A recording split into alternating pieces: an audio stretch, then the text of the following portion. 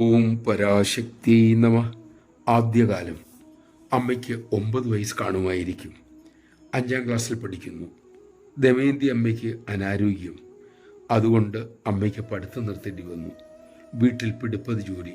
ആഹാരമുണ്ടാക്കണം, അലക്കണം, വീട് വൃത്തിയാക്കണം, പശുക്കളെ നോക്കണം, ഇളയതുങ്ങളുടെ കാര്യം ശ്രദ്ധിക്കണം.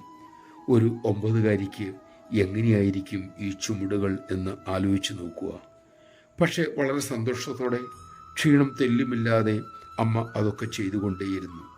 പിൽക്കാലത്ത് മക്കളോടമ്മ അതിൻ്റെ രഹസ്യം വെളിപ്പെടുത്തി. മക്കളെ, അമ്മ തുണി നനയ്ക്കുമ്പോൾ കൃഷ്ണൻ്റെ തുണി നനയ്ക്കുകയാണെന്ന് കരുതും.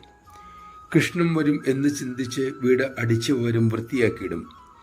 പൈക്കൾ കണ്ണൻ്റെ അല്ലേ എന്ന് ചിന്തിക്കുമ്പോൾ അതിലും ഒരു രസം തോന്നും. അതോടെ ഒരു ജോലിയും ഭാരമില്ലാതായി സന്തോഷം നൽകുന്നതായി. നമഃശിവായ. എന്തു ചെയ്യുമ്പോഴും അമ്മയുടെ കൈങ്കര്യം ചെയ്യുന്നു എന്ന് ഭാവിക്കാൻ നമുക്ക് സാധിക്കണേ എന്ന് പ്രാർത്ഥിക്കാം.